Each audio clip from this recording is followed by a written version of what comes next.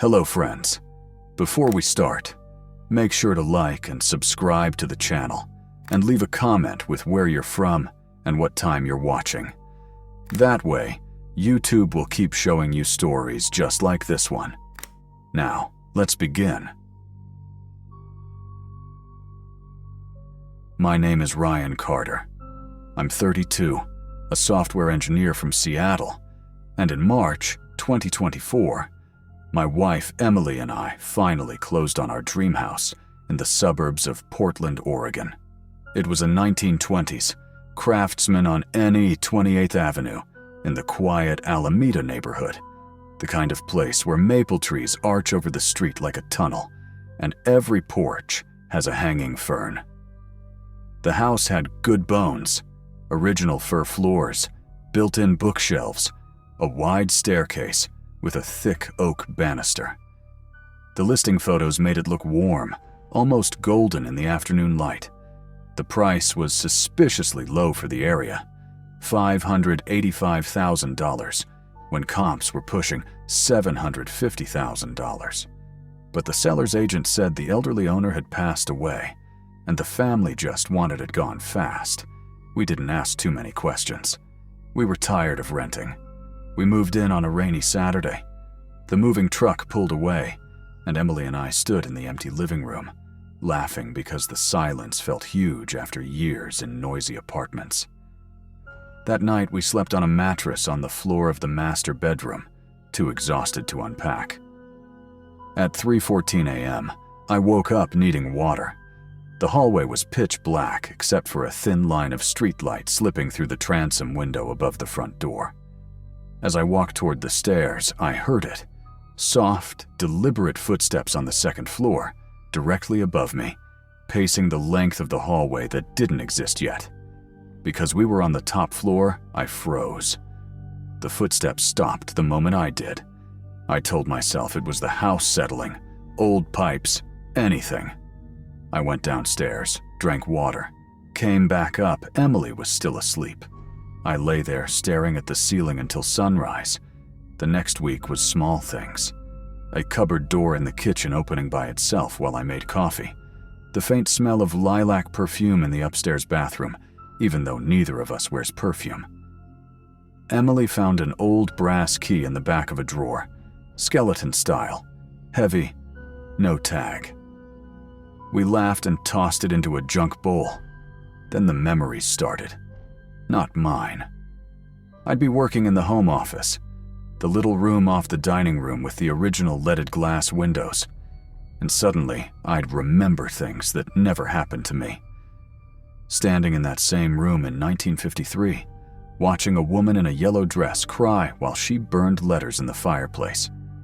A little boy in knee pants hiding under the desk because Daddy was mad again. The memories came with emotion so strong, I'd have to grip the desk to keep from falling over. I thought I was having some kind of breakdown from stress. I didn't tell Emily at first. One night in April, we had friends over for a housewarming barbecue. Everyone was on the back deck drinking IPA when our friend Jess, who's super into genealogy, asked if we knew the house's history. She'd looked it up on her phone. The original owner was Dr. Harold Whitaker, a psychiatrist who ran a private practice out of the house in the 1940s and 50s. He specialized in something called regression therapy, basically hypnotizing patients to relive past traumas. In 1957, he was found dead in the basement, hanging from a heating pipe. Official cause: suicide. But there were rumors he'd been doing unauthorized experiments, keeping patients overnight, recording their sessions on reel-to-reel tapes. After everyone left, Emily found a loose panel in the basement storage room. Behind it, a built-in wooden cabinet with a lock that matched the brass skeleton key perfectly. Inside were 32 reel-to-reel tapes, each labeled with a patient name and date.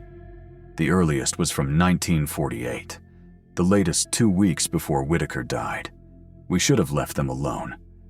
Instead, that night, we dragged my old projector out of a box, threaded the first tape labeled Patient 12, Margaret D., Final Session, and pressed play. The audio was crystal clear. You could hear rain against the windows. Same sound we hear now when it storms. Dr. Whitaker's voice was calm, almost kind. He guided Margaret back, deeper and deeper. She started sobbing, describing a house fire when she was 5, how she hid in a closet while her brother burned. Then her voice changed, got lower, angry. She started screaming in a man's voice, "You'll never leave this house! I bind you here!" The tape ended with a wet, choking sound, and then dead silence. We turned it off. Emily was shaking. I told her it was just a creepy old recording, nothing more. That night the footsteps started again, but now they weren't just pacing.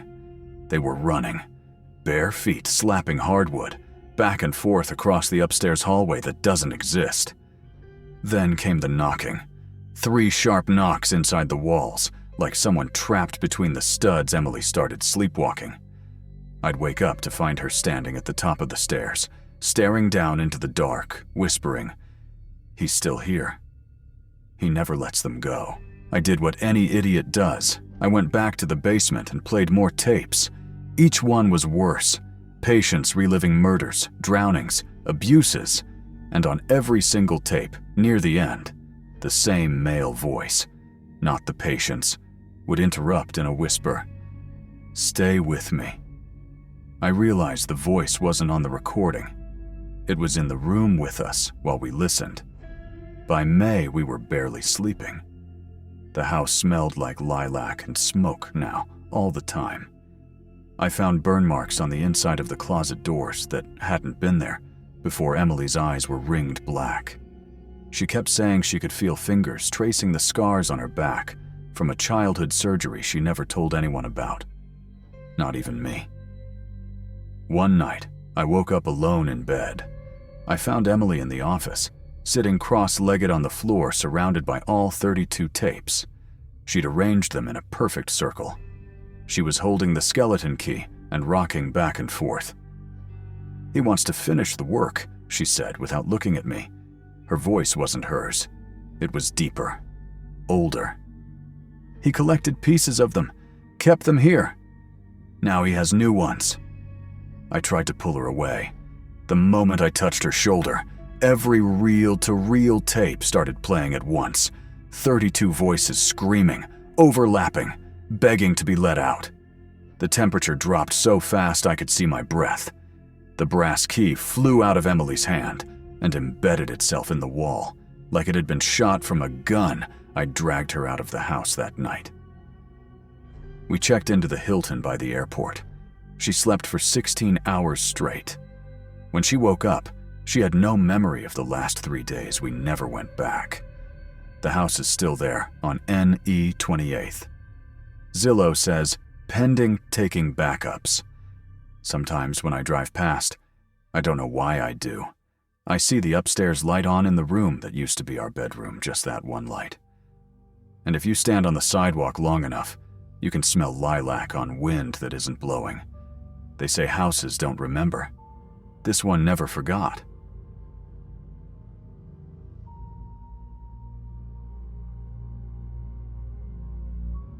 My name is Sarah Mitchell. I'm 29, a real estate photographer, and in June 2024, my fiancé Alex and I bought our first house together. A brand new construction in the brand new Willow Ridge subdivision on the edge of Henderson, Nevada. Just 20 minutes from the Vegas Strip, but far enough that you can actually see stars at night. 4 bedrooms, 3 baths, stucco and red tile roof, 0 lot line, 2,800 square feet, $479,990. Everything smelled like fresh paint and possibility. The model home had been so bright, so clean, so perfect. We signed the papers the same week Alex got his big promotion at the casino. We kept joking that we were adulting finally. Move-in day was 118 degrees outside. The AC blasted cold enough to give you goosebumps. We christened the kitchen island with cheap champagne and takeout sushi. That night we made love on the carpet in the master because the bedroom furniture hadn't arrived yet. Everything felt brand new, including us. Then came the first crack. It was literally a crack. Thin, hairline, running diagonally across the white drywall in the hallway outside the guest bathroom. I noticed it 3 days after we moved in. I texted our builder, a company called Paragon Homes. They sent a guy named Luis the next morning. He patched it, sanded it, painted it, told us it was normal, settling in the desert heat. Happens all the time in new builds, he said. Give it 6 months. 6 days later, the crack came back wider. Long enough now that it stretched from ceiling to baseboard. And it wasn't straight anymore. It curved. If you stood back and squinted, it looked like a smile. Alex laughed when I pointed it out. Babe, you're seeing faces. It's called pareidolia. He took a Sharpie and drew cartoon eyes above it. There. Now it's officially the happy hallway. But the smell started that same week. A wet, earthy smell, like a basement after rain, even though the house was on a concrete slab. It came strongest from the pantry. I'd open the door and the cold air would roll out, carrying that damp soil stench. I bleached the shelves. I put out bowls of baking soda. Nothing helped. One night in July, around 2 a.m., the smoke detectors went off. Every single one in the house, 9 of them, screaming at once. No smoke. No fire. Alex ripped batteries out of 3 before they finally shut up. The next morning, he called Paragon again. They sent an electrician who found nothing wrong. Probably dust, he said. New construction. That afternoon, I was unloading groceries and dropped a jar of marinara. It shattered on the pantry floor, red sauce everywhere. When I got on my knees to clean it, I saw the concrete slab under the cheap laminate had a perfect round hole about the size of a quarter. It hadn't been there before. I stuck my phone flashlight in. The hole went down at least a foot, then opened into something wider. The smell hit me like a fist, rotting meat and wet dirt. I screamed for Alex. We both stared into it. He got a coat hanger, straightened it, and lowered it in. It kept going. 10 feet of wire and still no bottom. He looked at me, actually pale under his casino tan, and said, "That's not possible. This house is on a slab." We called Paragon again. This time the site superintendent, a guy named Darren with a man bun and a clipboard, came out. He looked at the hole, shrugged, and said, "Sometimes they core the slab for soil testing and forget to patch it. We'll fill it." They came back 2 days later and poured quick-set concrete painted over it. Problem solved, except the smile crack in the hallway got wider.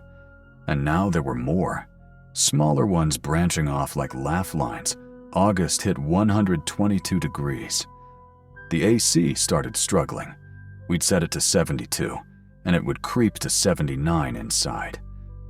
Alex found the attic thermostat reading 141. He went up there with a flashlight and came down white as paper. "There's water," he said. Standing water on the plywood, like an inch deep. But there's no leak. No pipes up there. Nothing. We started sleeping at his mom's house in Summerlin some nights, just to get decent rest. Then I got pregnant. 2 pink lines on a September morning. We were over the moon. We painted the nursery, the softest sage green, and put together a white crib that still had that new baby smell. That same week, the smile started appearing on the floor. Not cracks this time. Actual grooves, like something had pressed upward from underneath the slab. In the nursery first, a perfect crescent, 6 feet wide, curved like a grin. Then another in the master bedroom. Then the kitchen. They were shallow, maybe an eighth of an inch deep, but perfectly smooth, as if the concrete had been soft when they were made. I posted anonymous photos on a Las Vegas homeowners Facebook group asking if anyone else in Willow Ridge was seeing this. My post was deleted in 20 minutes. I got a private message from a woman named Jenna who lived 4 streets over. Get out. We left last month. They offered us $100,000 over what we paid to keep quiet. Don't drink the tap water. Don't let them patch anything else. I wish I'd listened October. I was 7 months pregnant, huge, waddling. One night the power went out at 3:33 a.m. Not just our house, the whole block was dark. Alex went outside to check the breaker box. He came back inside running, slammed the door, locked it, and wouldn't speak for 10 minutes. Finally, he whispered, "There's water. In the street. Black water. Coming up through the storm drains. And it's moving toward the houses." We grabbed the go bags we'd started keeping by the door and drove to the Marriott on the Strip. The next morning, Clark County Health Department had the entire Willow Ridge subdivision taped off. Official story: broken sewer main. They let us back in 3 days later. Everything looked normal. Smell was gone. Cracks patched. Smiles filled and painted over. Paragon gave every owner a $15,000 inconvenience credit. We tried to pretend it was over. 2 weeks before my due date, I woke up in the middle of the night needing to pee. The bathroom nightlight was on.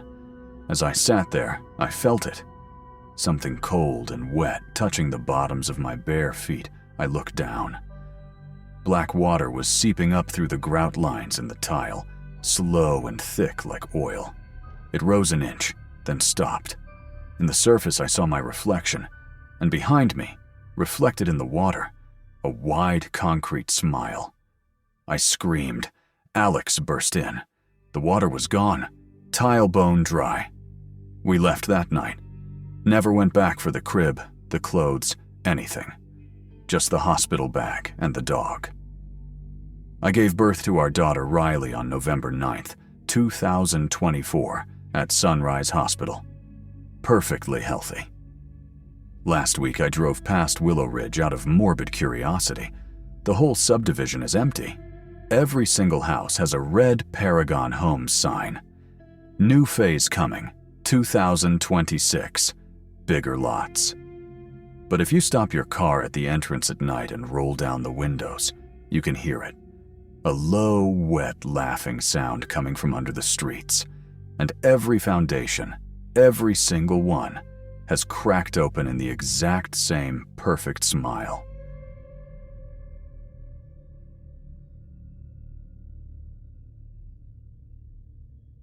My name is Lauren Brooks. I'm 34, a pediatric nurse at Children's Hospital of Philadelphia. And in August 2024, my husband Matt and I bought a beautiful 1888 Victorian on Osceola Street in Denver's historic Baker neighborhood. 5 bedrooms, original stained glass, wraparound porch, mountain views from the 3rd floor turret. We paid $1.28 million, which felt insane.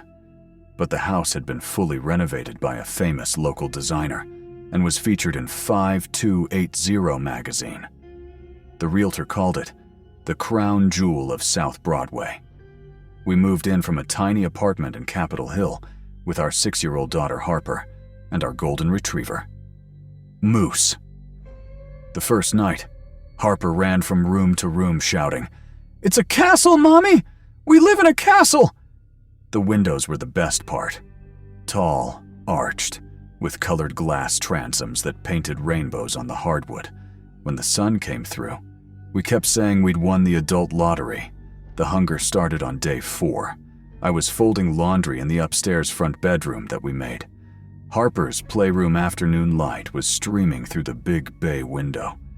I looked up and saw a perfect child-sized handprint on the outside of the glass, palm flat, fingers splayed. It was too high for Harper to reach, even on a chair. I opened the window to wipe it off, but there was nothing on the outside pane. The print was inside the double glazing, between the two sheets of glass that are supposed to be hermetically sealed. Matt thought it was a manufacturing defect. We called the window company that had done the 2022 restoration. They sent a technician who spent 2 hours measuring and tapping. He finally said, "Ma'am, these are original 1888 panes. We never replaced the glass in this room. Whatever's in there has been in there for over a century." That night, Harper woke up screaming that the window ate my nightlight. The little unicorn lamp that plugged into the wall below her bedroom window was gone. Completely. Just the cord dangling, cleanly severed. The plastic plug melted like it had been dipped in acid. We started noticing more missing things. One of Matt's socks from the dryer, Harper's favorite stuffed giraffe, my grandmother's gold locket I'd left on the bathroom sill. Always small things. Always left on a windowsill. Always gone without a trace. Then the reflections got wrong. I'd walk past the huge dining room window and catch a glimpse of someone standing behind me in the reflection. Tall, thin, wearing clothes from another era. When I turned, the room was empty. Matt saw it too. A woman in a high-necked black dress, face blurred, always in the turret window on the 3rd floor. In September, Denver got its first snow. We woke up to find every single window on the south side of the house covered in frost. From the inside, thick, feathery patterns like ferns. And in every pane, pressed into the frost, were dozens of handprints.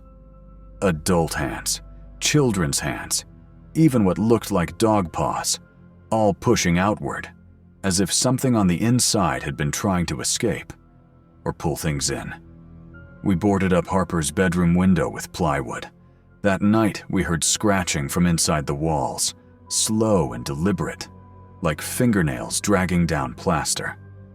Moose stood at the top of the stairs, growling at nothing until his voice gave out. October. I was on night shift at the hospital and got a FaceTime from Matt at 2:17 a.m. His face was gray. He turned the phone toward Harper's bedroom door. The plywood we'd nailed over her window was bowed inward, like something huge had pressed against it from the outside. The nails had popped halfway out. In the gap at the bottom, black fingers, way too long, way too many joints, were feeling along the carpet, searching.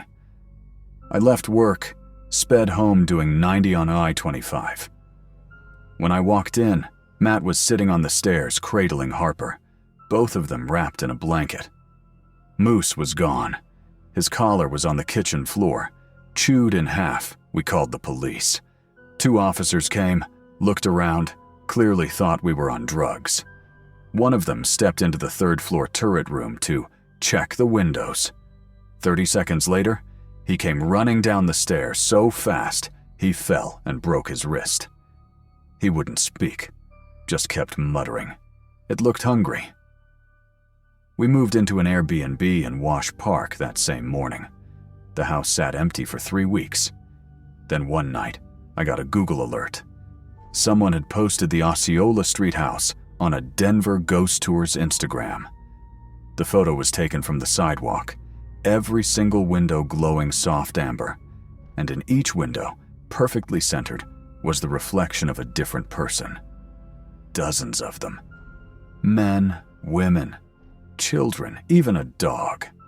All standing inside a house that had been empty for weeks, all staring straight out at the camera, all smiling with too many teeth.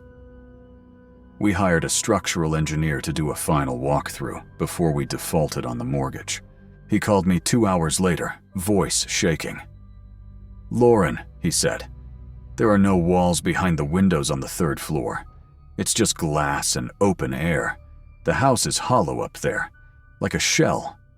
Last week, the city condemned it. They're going to demolish next month." But when the wrecking crew showed up for the initial survey, every man refused to enter. One of them told the news, The windows followed us with their eyes, even after we turned away. I drive past sometimes. The stained glass transoms still throw rainbows on the porch floor when the sun hits just right. And if you stand across the street long enough, you can see movement behind the glass. Shadows shifting, pressing close, waiting for the next family to leave something on the sill.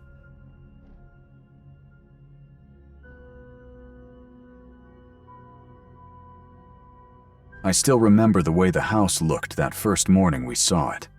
An old colonial sitting at the edge of a dirt road, surrounded by maple trees that had long since stopped caring for symmetry. My wife, Emily, was 7 months pregnant then, and the moment she saw that wide porch and the little swing hanging crookedly on its left side, she turned to me and smiled. "This could be home, Michael," she said softly. We'd been looking for months, 8 long years of saving every penny, living in cramped apartments in Pittsburgh, and eating takeout noodles more times than I want to remember. All for this moment, a place of our own. The listing said it was a 1940s colonial, 3 bedrooms, 2 baths, sitting on a few acres about 40 minutes outside the city. The price was suspiciously low. But the realtor explained that the owner, Mr. Howard Blake, had passed away the previous year, and his children were motivated. To sell motivated turned out to mean desperate. The moment we made an offer, well below the asking price, they accepted it within hours. Emily was thrilled. I was cautious. Deals that good usually come with ghosts, literal or otherwise. The first few weeks were chaos. The house was old, creaking, and stubborn. The plumbing groaned every time we turned on the shower. The wiring buzzed if you dared to use the microwave and toaster at the same time. And there was something in the attic. Raccoons, I hoped. But we were building something. Every scraped knuckle and every paint-splattered shirt made it feel more like ours. I took a few days off work to start on what I called Project Basement. The plan was to turn the damp, concrete cave below us into my home office, the kind of space where I could focus, away from the sounds of Emily's nesting frenzy upstairs. That's when I noticed it. According to the blueprints, the foundation stretched a full 45 feet from the front wall to the back. But my tape measure said the basement was only 33 feet deep. At first, I thought I'd misread it. I measured again. Same result. The north wall, the one facing the woods, was wrong. The cinder blocks there didn't match the rest of the house. They looked newer, smoother, less aged by the decades. I remember standing there for a good minute, just staring, before calling Emily down. She frowned when she saw it too. "That looks patched," she said, running her hand across the concrete. We spent the next half hour tapping along the wall, searching for hollow sounds. When I hit one particular spot near the corner, it echoed, "Empty." That's when the curiosity took over. I drilled a small hole, just wide enough to slide my phone through with the flashlight. On what I saw made me step back. Behind that wall was a narrow corridor, maybe 3 feet wide, running the length of the basement. Along one side were shelves, stacked with old supplies, canned beans, water jugs, dusty boxes. It looked like a survival bunker, but older. At the far end, just visible in my phone's light, was a small door painted the same dull gray as the concrete. Emily's face went pale. "Michael, we should call someone." But I couldn't. Not yet. Not before I knew what was behind there. I'd grabbed my sledgehammer and went to work. It took nearly 3 hours. Each swing echoed through the basement like thunder, shaking dust loose from the ceiling. When I finally broke through, the smell hit first. Not decay, but something stale, sterile, almost like an old hospital. The corridor stretched ahead of us, exactly as I'd seen through my phone. Every shelf was meticulously organized. Food, bottled water, faded medicine containers, boxes labeled with shaky handwriting. June 2013, July 2014. Cough syrup, soap, and then the door. A heavy metal door with a deadbolt, the kind that locked from the outside, and hanging beside it, nailed to the wall, was a small brass key. My stomach turned. Whoever used this space didn't want anyone getting out. I slid the key in and turned it. It was small, maybe 8 feet by 10, a single bed sat against the far wall, covered neatly with a faded pink quilt. A plastic portable toilet was in one corner, surrounded by empty boxes of tissues and wipes. The air was dry, lifeless. But what really froze me were the photographs, dozens of them taped to the walls, all of the same woman. Some showed her as a child, others as a teenager, others older, maybe in her 40s. Her face changed over time, but her eyes, they stayed the same. Dull, vacant. She was smiling in none of them. Beside the bed was a small wooden crate filled with coloring books. Every single one had been colored in, carefully, meticulously, like a child trying to stay inside the lines. Next to them, puzzle books, all completed, hundreds of them, and above the bed hung a calendar, June 2016. The days were crossed off in red pen up until the 17th. Then it stopped. Emily's hand tightened around mine. "Mike, what is this place?" I didn't answer. My eyes had fallen on a small notebook resting on the bed. I picked it up, flipping through the pages. It was the same sentence, written over and over. "Greater than I am safe here. Uncle Howard keeps me safe. I am safe here. Uncle Howard keeps me safe." Each line grew shakier, less coherent. The last few pages were barely legible, just scribbles that looked more like panic than writing. My throat went dry. Uncle Howard. That was the name of the man who'd owned this house before us. Howard Blake. Emily stumbled back, whispering, "Oh my God." We called the police. By the time the local sheriff's department arrived, I'd already found more. An old filing box stuffed beneath the bed. Inside were medical documents, social security papers, and a birth certificate for Dorothy Blake, born 1973. She was Howard's sister. According to the records, Dorothy had been diagnosed with severe developmental disabilities and something called intermittent explosive disorder, violent outbursts, self-harm tendencies. There were hospital forms dating back to the 1990s and, more recently, disability checks, all deposited into an account under Howard's name. The last payment was dated June 2016. The officers cordoned off the basement, took photos, collected the documents. One detective, a tall man named Detective Harris, pulled me aside. "So you're telling me you found this room sealed up behind a false wall?" I nodded.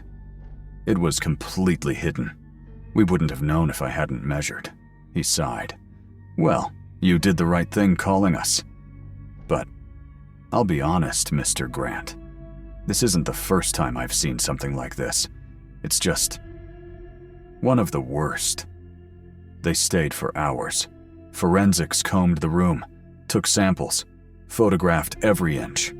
There were no signs of a struggle, no blood, nothing obvious. But one thing stood out: no remains. Whoever Dorothy was, she wasn't there. A week later, Detective Harris called us back to the station. They'd found a journal inside a vent behind the ceiling panel. It belonged to Howard. The first few entries were calm, detailed. March 2009. Dorothy attacked a boy from the neighborhood again. The state wants to take her away. They'll put her in one of those hospitals. I can't let that happen. She's my sister. She just needs structure. Safety. Then, as the months went on, the tone changed. May 2012. Dorothy won't eat. I've had to crush her medicine into her food. She screams when I turn off the lights. I don't know what else to do. January 2014. She clawed the door again. I tried to stop her, but she bit me. I'm running out of sedatives. God help me. I had to restrain her. And then the final entry, dated June 15th, 2016. Dorothy hasn't spoken in weeks. She just rocks and hums. I can't leave her. I can't call anyone. No one would understand. Family takes care of family, even when it hurts. After that, nothing. Detective Harris leaned back, rubbing his temples. We believe Howard kept her down there for years. Fed her, medicated her, maybe even thought he was protecting her. But when his health declined, well, the paper trail stops there. Emily asked quietly, "So what happened to Dorothy?" He looked at her with tired eyes. We don't know. We may never know. We tried to stay in the house after that. For a few weeks, life pretended to return to normal. Contractors came, sealed off the corridor, and promised us the place was clean. But Emily couldn't sleep. She said she heard someone walking under the floor at night. Sometimes she swore. She heard faint humming, a woman's voice, slow and distant, like it came from behind the walls. I told her it was stress, the pregnancy, the house settling. But I wasn't so sure myself. Once, around 3 a.m., I went down to the basement to check the furnace. The lights flickered, and for a brief second, I thought I saw a figure standing at the far end of the corridor. Pale, thin, hair hanging over her face. When I blinked, she was gone. We sold the house 2 months later at a huge loss. We didn't even pack half of what we owned. I just wanted to get Emily and our unborn daughter out of there. The new owners, a young couple from Ohio, seemed thrilled. "You're sure this is the full basement?" the husband had asked during the walkthrough. "Yeah," I lied. "All of it." It's been over a year since then. Emily refuses to talk about it. We live in a small apartment now. Cramped, noisy, imperfect, but safe. Sometimes, on my way to work, I take the long route that passes through the outskirts of town. And when I do, I always slow down near that house. The new owners have fixed it up nicely. New paint, trimmed lawn, kids' toys on the porch. But every time I drive by, I swear, I see something in the basement window, just a flicker. Like someone standing there, watching. Maybe it's my mind playing tricks. Or maybe, somewhere in those walls, there's still a part of Dorothy left. Waiting, humming, crossing off invisible days on a calendar that will never turn to the next page. All I know is this. When a house sits empty for too long, sometimes it's not because it's haunted by spirits. Sometimes it's haunted by what people do inside them. And that's the kind of ghost you can't exorcise.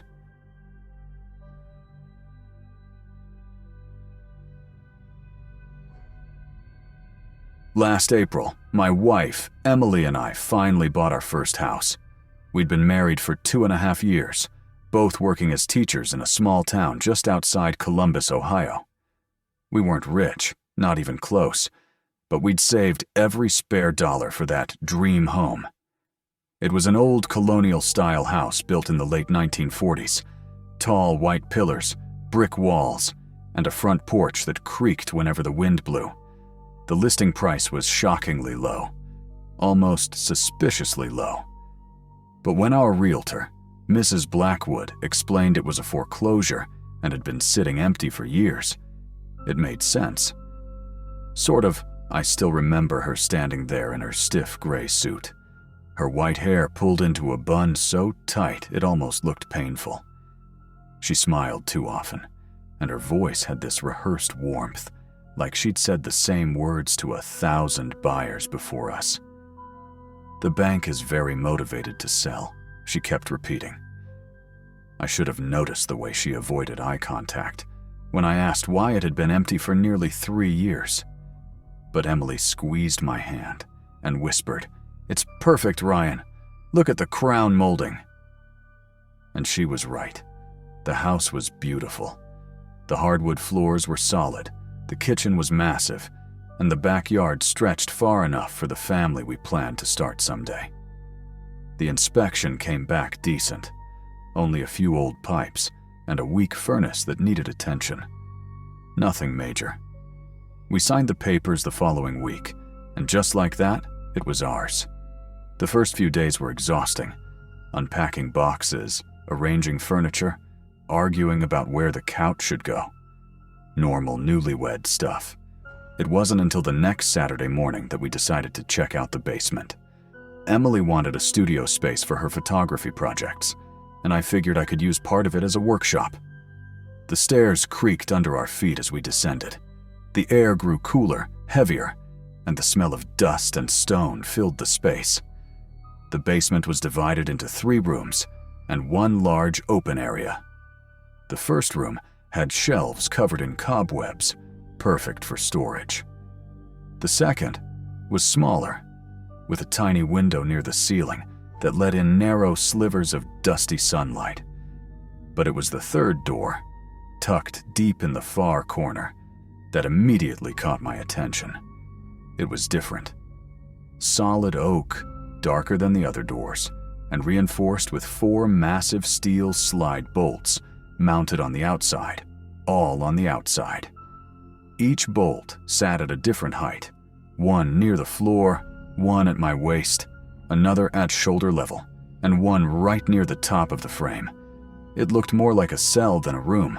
I ran my fingers over the metal, cold, rough, slightly rusted, but not ancient. Maybe 10, 15 years old. "Ryan," Emily said quietly, "let's just leave that one shut, okay? Maybe it's for storage or something." But curiosity has always been my worst habit. I went back upstairs, grabbed my crowbar, and returned to that door. One by one, the bolts groaned as I pried them loose. The sound of metal grinding against wood echoed through the basement. When I finally removed the last bolt, the door creaked open, and a wave of air rolled out. Stale, thick, wrong. It didn't smell like mold or decay. It smelled like something trapped too long.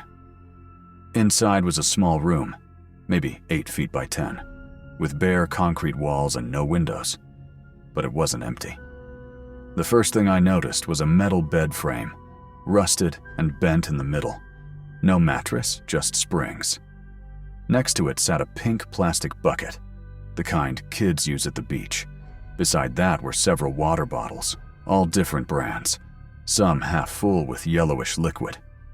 Emily gasped. "Ryan, what the hell is this place?" Then I saw the walls. At first, I thought it was old damage, but as I got closer, my heart began to pound. There were scratches, thousands of them. Not random, but deliberate, grouped in sets of 5, like tally marks. Hundreds of rows, carved deep into the concrete, covering every inch of the wall from waist height to my eyes. And then I saw the pile of clothes in the far corner. A faded yellow sundress, a pair of jeans that looked like they'd fit a teenager, and some stiff, dusty t-shirts. I bent down to move the clothes aside. And that's when I saw them. 3 black and white composition notebooks, the kind used by middle schoolers. The pages were warped, stained, and filled with frantic handwriting. At first, the writing was neat and tidy. Then, page by page, it devolved into chaos. Lines slanting, words scratched over, phrases repeated again and again. One sentence appeared dozens of times. Greater than, "He says I'm getting better, but I'm not sick." On other pages, there were crude drawings. A small square window with curtains drawn over and over again. Hundreds of times. Emily tugged at my arm. Her hands were shaking. "We need to call someone. Now." But I couldn't stop reading. There were lists, crackers, water, batteries, toothpaste, and a line written at the bottom of one page that made my stomach twist. Mom would be 47 today, May 12th. We left the room without touching anything else. Emily dialed the realtor, but of course no one answered. It was Saturday afternoon. That's when I noticed something that made my skin crawl even more. Screw holes on the inside of the doorframe. There used to be a lock inside. Someone had removed it before bolting the door shut from the outside. That night, I barely slept. Every sound in the house seemed amplified. The ticking clock, the groaning pipes, the wind brushing the siding. The next morning, I decided to check the attic. Something in me just needed to know what else the house was hiding. Pushing aside the insulation, I found a cardboard box covered in dust. Inside were VHS tapes, each labeled with only a date. 2 years' worth of them. We didn't own a VCR, but the dates matched some of the entries from those notebooks. There were also receipts, dozens, for water bottles, protein bars, multivitamins, and feminine products, all purchased at different stores around Ohio. Never the same one twice. By the time I came down, Emily was crying in the kitchen. She wanted to leave. We called the police that afternoon.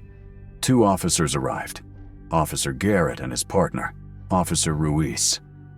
Garrett was an older man with deep lines under his eyes, the kind that come from seeing too much. He examined the basement while Ruiz photographed everything. Then he asked us to step outside for a moment. When Garrett came up the stairs, his face looked pale. "You folks didn't happen to know the previous owner, did you?" I shook my head. He sighed, rubbing the back of his neck. His name was Douglas Henley. He lived here until about 5 years ago. Reported his 16-year-old daughter missing 8 years back. Said she ran away after a fight. The name hit me like ice water. "Are you saying this could have been where she—" "We'll need DNA confirmation," Garrett interrupted softly. "But I think you already know the answer." We left the house that night and checked into a nearby motel. Neither of us could even look at that basement again. The next day, Garrett called. The DNA tests came back. The hair and blood traces on the clothes were from Melissa Henley, Douglas's missing daughter. But what froze my blood was what Garrett said next. "She didn't die there, Ryan. She was alive down there for almost 3 years. The evidence showed that Douglas had been feeding her, giving her vitamins, even bringing her sanitary products. He'd built that room to keep her hidden. From the world, from the police, from life itself." Garrett told us they found video recordings in the attic tapes, mostly static, but a few showed the basement door, filmed from the stairs. Hours of footage. Just that door. No sound, no movement, just watching. The officers also discovered that Douglas had made dozens of purchases for soundproofing material and heavy-duty locks around the same time Melissa went missing. Neighbors remembered him as quiet, polite, and always playing loud classical music. They said it was his way of relaxing. Now we knew the truth. It wasn't relaxation. It was a cover for screams no one ever heard. The story spread quickly through town. By the following week, local news vans were parked outside our home. People called it the house on Sycamore Hill. Kids came by at night to dare each other to peek through the windows. We couldn't sell it. Not yet. It was still an active investigation. Even after the police cleared it, no one wanted to buy the place. Emily tried to reclaim it. She repainted the walls, replaced the furniture, even started using the other side of the basement for her photo shoots. But the air never felt right. Every sound made us tense up. Every creak from the floorboards felt like a whisper from below.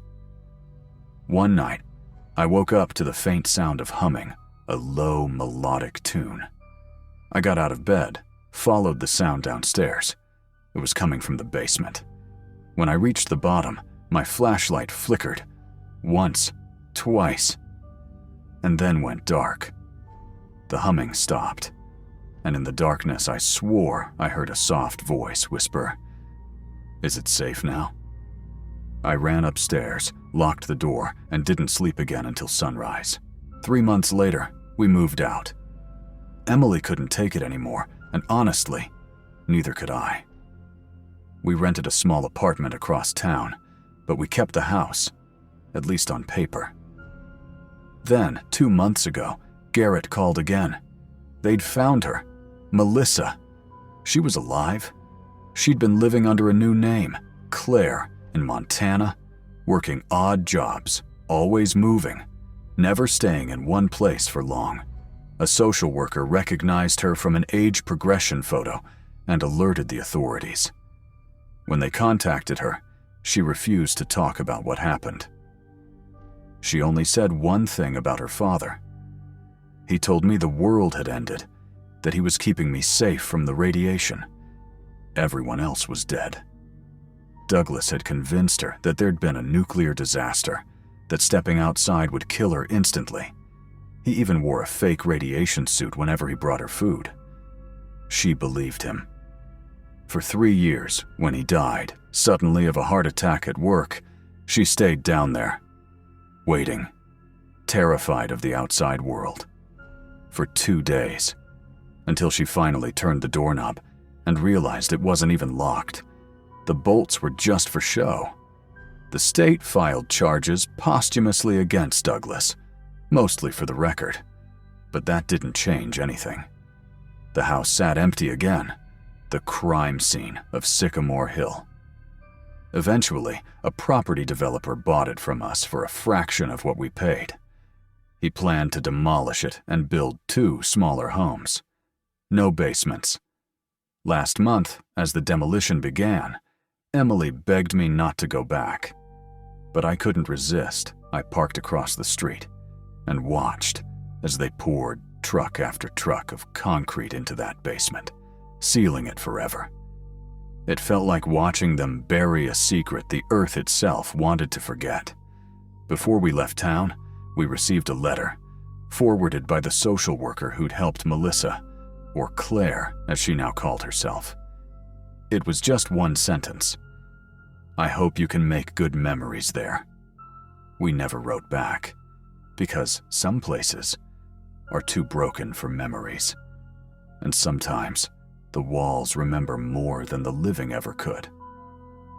Even now, when I pass by old houses, I find myself staring at their basement doors, every lock, every bolt, wondering what might still be waiting in the dark, counting the days.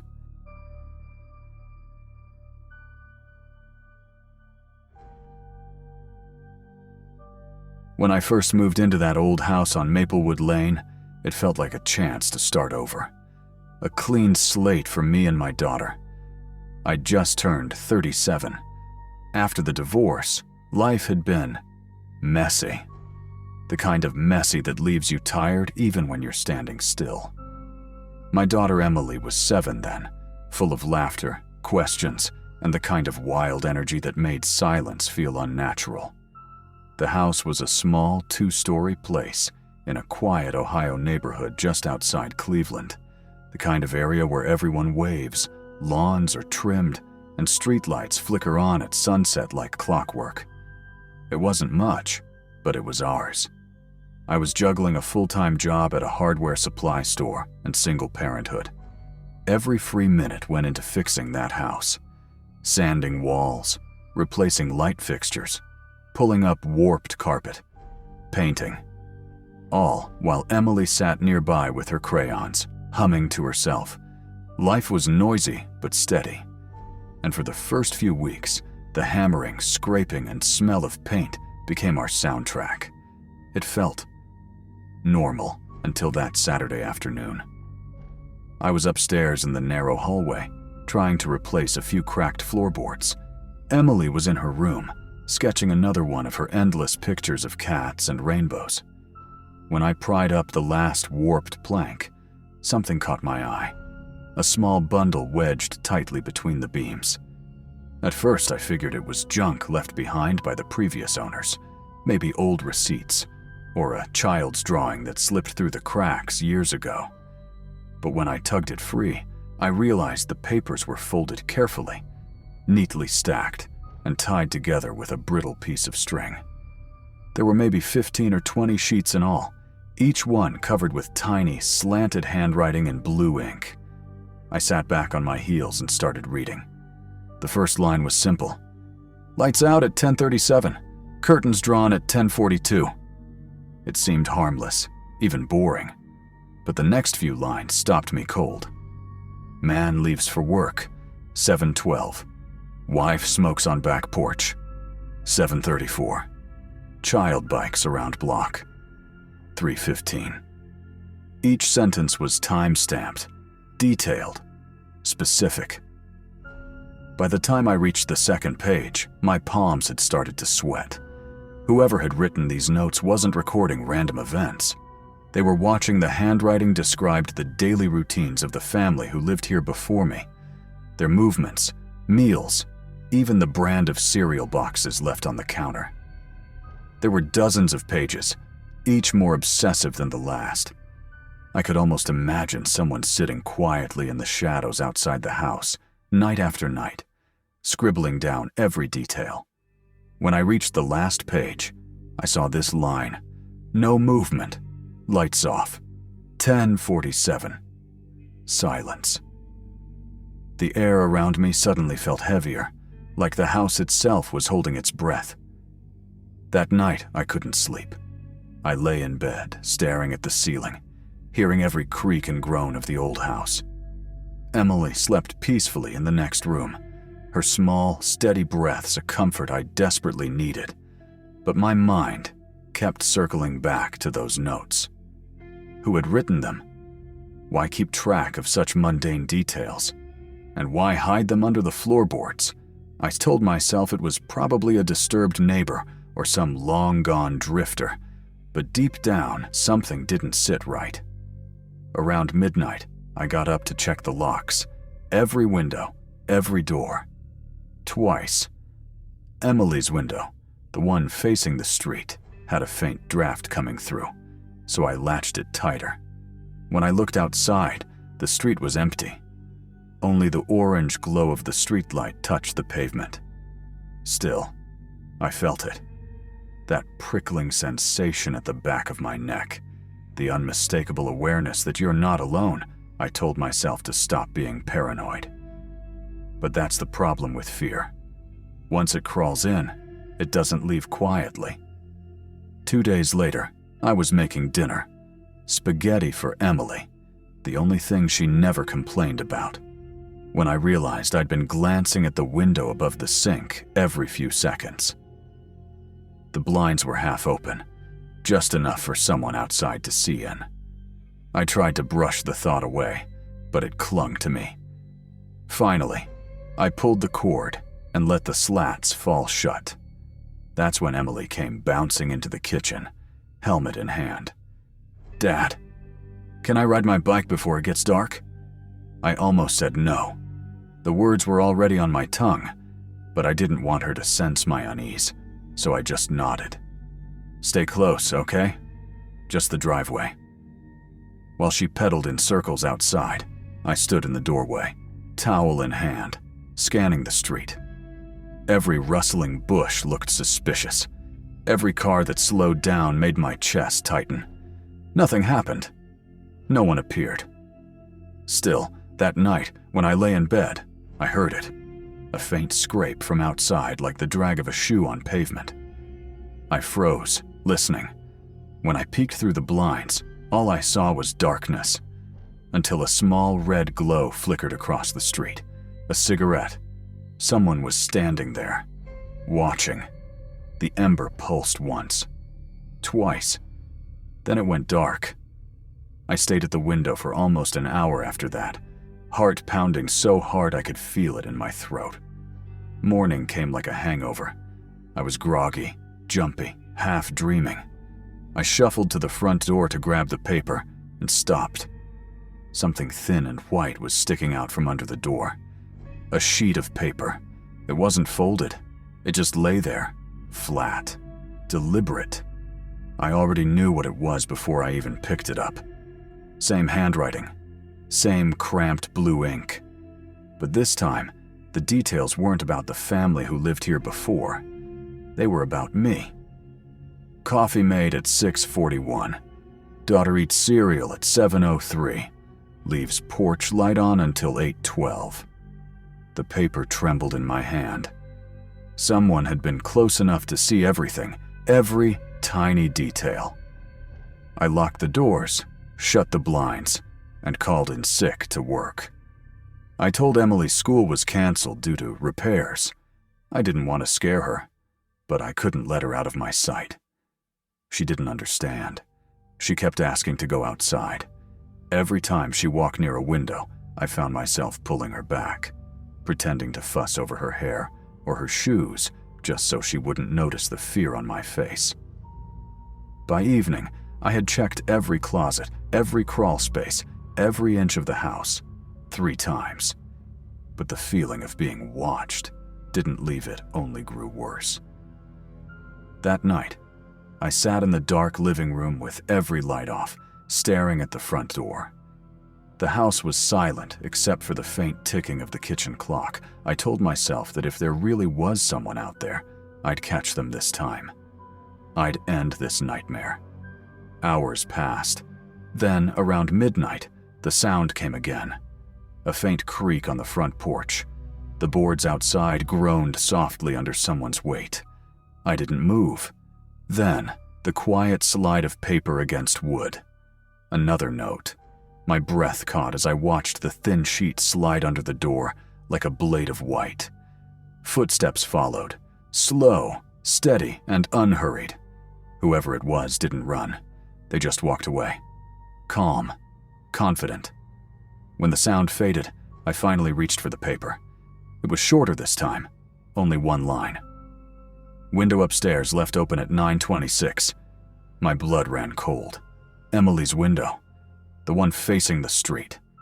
I had left it cracked earlier to air out her room. My body moved before my brain caught up. I bolted up the stairs, nearly tripping, and slammed the window shut.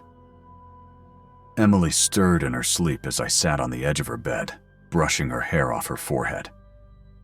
For the first time since we moved in, that house didn't feel like home. It felt like a stage, and we were being watched. By morning, my decision was made. I packed a bag for Emily, grabbed our essentials, and loaded the car. I didn't leave a note, didn't lock the door, didn't even turn off the lights. I drove straight to my sister's place 2 towns over. Emily thought it was a surprise trip. She chattered happily in the back seat, while I kept checking the rearview mirror every few minutes. At my sister's house, I finally called the police. 2 officers arrived within the hour, Officer Davis and Sergeant Klein. They promised to check the property immediately. The next day, Davis called me. His voice was calm, careful, too careful. "Sir, we didn't find anyone. No sign of forced entry. No fingerprints on the notes, no footprints either. But someone was there," I insisted. "They left notes. They watched us." "I believe you," Davis said softly.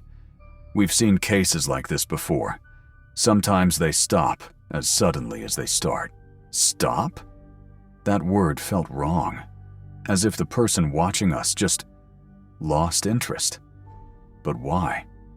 And how long had they been watching before I found the first notes?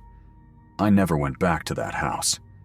The landlord kept my deposit, and I didn't care. I found a small apartment in downtown Cleveland. Old, cramped, loud, but surrounded by people. And for the first time in weeks, I slept through the night. Emily adjusted faster than I did. She didn't remember much, just that I'd been worried a lot. She was back to being her cheerful self, painting cats and stars on her bedroom walls, like nothing had happened. But I couldn't shake it. Every time I closed my eyes, I saw those words. Coffee made at 6:41. Window upstairs left open at 9:26. Sometimes I'd wake up in the middle of the night, convinced someone was standing just beyond the window, pen in hand, jotting down the time I turned over in bed. 2 months later, I called Officer Davis again. He told me the case had gone cold. No new evidence, no suspects. But what he said next made my stomach twist. "We ran the handwriting," he said quietly. It matched a report from 6 years ago. Another house, same style of notes. The observer always writes in blue ink. Same timestamps, same phrasing. "Did you ever catch them?" I asked. "No," he said after a long pause. "They just stopped. Family moved out, same as you." I hung up without saying another word. Stopped. That word again. Like it was all just a routine for someone. Watching, writing, moving on. A year passed. I found a better job, got therapy, and tried to put that chapter behind me. Emily turned 8, then 9. We built new routines, new memories. But fear has a way of lingering in quiet places. Last month, I got a call from a number I didn't recognize. When I answered, the voice on the other end was hesitant. "Hi, this is Rachel Knox. My husband and I just moved into 47 Maplewood Lane. You used to live here, right?" My throat went dry. "Yes. Why?" "This is gonna sound weird," she said, her voice trembling slightly. "But we were doing some work upstairs, and we found something under the floorboards, a stack of papers. Notes. And one of them mentions your name." For a moment, I couldn't speak. "What does it say?" I whispered. I could hear her flipping through papers. Then, she read it aloud. "Man with daughter returns at 9:12. Looks out window twice before bed. Keeps lights on longer now." My hand went cold around the phone. That meant whoever had been watching me never left. They just waited and kept writing. I never called Rachel back. I didn't warn her either. I wish I could say it was because I didn't believe her, but that would be a lie. It was because I did. Because I knew there was nothing anyone could do. The police couldn't catch someone who never broke in, who never touched a lock or a window, who only watched. Some nights, when I'm alone in my new apartment, I still feel that pull, that instinct to check the blinds, to glance at the door before turning out the lights. And sometimes, just as I'm about to sleep, I hear it again. The faint scrape of paper sliding against wood, and I tell myself it's nothing. That the sound came from the pipes, or the wind, or my imagination. But deep down, I know better. Because once you've been watched that closely, once you've been studied, you never really stop being part of the story. Someone, somewhere, might still be writing. And this time, it's not my house they're watching. It's yours.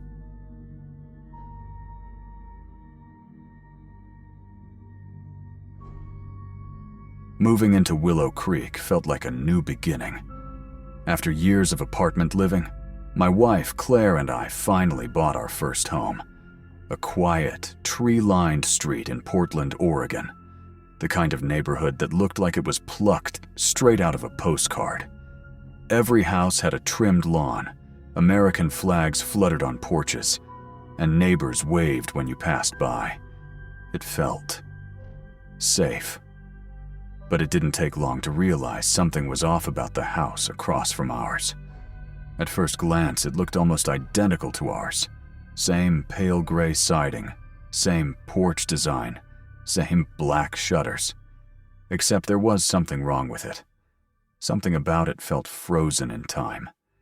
The grass was always just slightly overgrown, the blinds never moved, and the mailbox leaned to one side like it had given up years ago. Still, the strangest part was the silence. The entire street buzzed with the usual suburban noise. Kids playing, dogs barking, sprinklers clicking. But that house? It never made a sound. The day we moved in, I remember unloading boxes from the truck and glancing up to see a curtain shift in the window across the street. I laughed it off, assuming maybe a realtor was checking the place out. But later, when I mentioned it to the neighbors, their reaction was odd.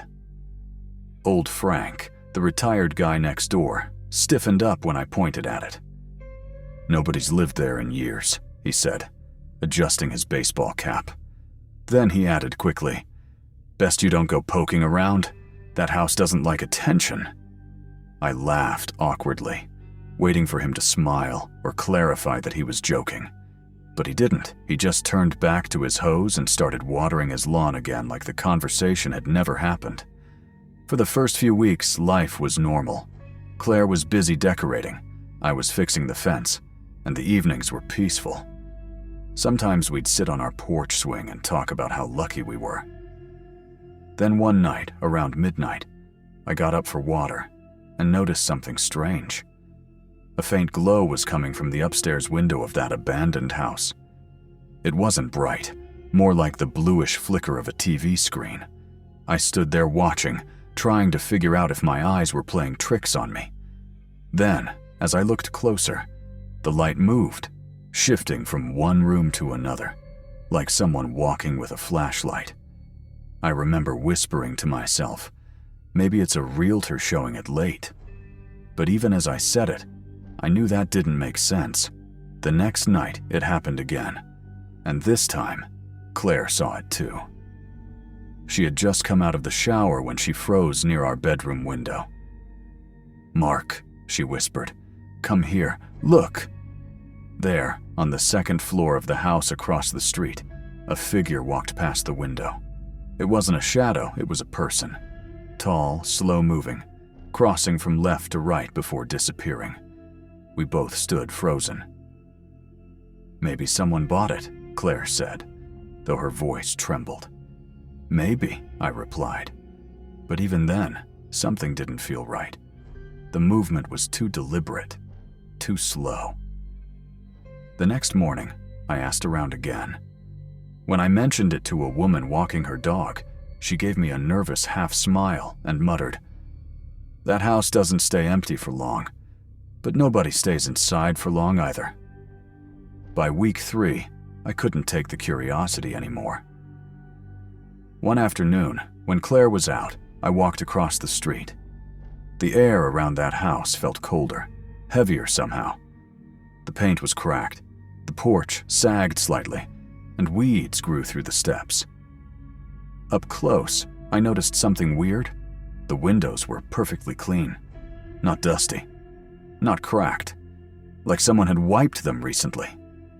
That's when I saw it. Tiny scratches on the wooden porch railing. Dozens of them, long and deep, like something, or someone, had dragged their nails across the wood again and again. As I circled the property, the smell hit me. Faint but distinct, like burnt plastic mixed with something rotten. The backyard gate was chained shut, and on the other side, I saw a single child's tricycle, rusted and sun-faded, sitting in the dirt. I backed away slowly, feeling that strange, instinctive pressure that tells you you're being watched. When I turned to cross the street back to my house, one of the blinds in the upstairs window twitched, just slightly, as if someone had been peeking through it. That night, Claire woke me around 2 a.m. Her eyes were wide and terrified. "Mark, there's someone talking in there." We both rushed to the window. Sure enough, there was a faint yellow glow behind the blinds and muffled voices, low, arguing tones, too distant to make out the words. We stood there, frozen, staring across the street as shadows moved across the window. The conversation went on for nearly 2 minutes, then suddenly stopped. The light went out, and everything went black again. I called the homeowners association the next morning. The woman on the phone paused after I gave the address. "That property doesn't have an owner," she said. I laughed nervously. "You mean it's unlisted?" "No," she said firmly. "I mean, No one owns it. It's been like that for years." And then, before I could ask another question, she hung up. That night, I sat on our porch until after midnight, waiting. Around 12:40 a.m., I saw the light flicker again. Then another light, in the room beside it. Slowly, they began to blink in sequence, one after another, until the whole upstairs looked like it was pulsing. Then it stopped abruptly. A few seconds later, a pale hand appeared in the window. It pressed flat against the glass, fingers long, slightly distorted, and stayed there for what felt like forever. Then, just as slowly, it withdrew into the dark. I couldn't sleep that night. Every sound made my skin crawl. The creak of the floorboards, the hum of the refrigerator, the wind brushing the windows. It all felt like that house was breathing in sync with ours. The next morning, something new appeared. A piece of paper in our mailbox. It was blank except for a black circle drawn in thick ink, perfectly round. No words, no address, just that single, unsettling mark. Claire thought it was a prank. I wasn't so sure. That evening, the power in our house suddenly cut out for 5 minutes. When it came back, every light bulb on the first floor was flickering like a heartbeat. I stepped outside to check the breaker and froze. Across the street, every window in that house was glowing bright white. It was blinding, like someone had filled every room with floodlights. Then, in perfect synchronization, the lights snapped off. Darkness swallowed the street again. The next few days were chaos. Claire stopped sleeping. I started keeping a flashlight and baseball bat by the bed. Even our dog, Daisy, began growling at the windows. At night, one afternoon, while Claire was napping, I decided to record the house. I set up my phone facing the window and left it there overnight. When I checked the footage the next morning, my stomach dropped. At 2:13 a.m., a shape appeared. It wasn't a person exactly, more like a silhouette, standing in the window and facing directly toward the camera. The figure didn't move for over 3 minutes. Then, it lifted its arm and waved. That same morning, a white envelope was taped to our front door. Inside was a single Polaroid photo. It showed Claire and me standing on our porch from the night before. I could tell by the clothes we wore and the angle of the picture. It was taken from across the street. My hands shook as I turned it over. Written on the back in neat handwriting were the words, "Nice house. Looks familiar." That was it for Claire. She started crying and begged me to leave immediately. I promised we'd go after the weekend, but deep down, I needed to know who was doing this. That night, I waited again, watching. Around 1 a.m., a noise jolted me upright. A deep, rhythmic thud echoing across the street. Someone, or something, was banging on the inside of that front door. The sound was heavy, violent, and desperate. Claire woke up screaming, clutching my arm as the pounding grew louder. Then, just as suddenly, it stopped. The house went still. We waited, listening to the silence stretch on for minutes. When dawn broke, the house looked peaceful again, untouched. But as I watched, I realized something. The front door, which had been secured by that heavy chain, now hung slightly ajar. We moved out 3 days later. We didn't bother selling. We just left. Packed everything we could fit into a rental truck and drove straight to Claire's parents in Salem. I called the local police once we were safe, explaining everything. The lights, the letters, the photo. They checked the house the next morning. Their report was brief. No signs of life, no electricity, no furniture. The place was completely empty.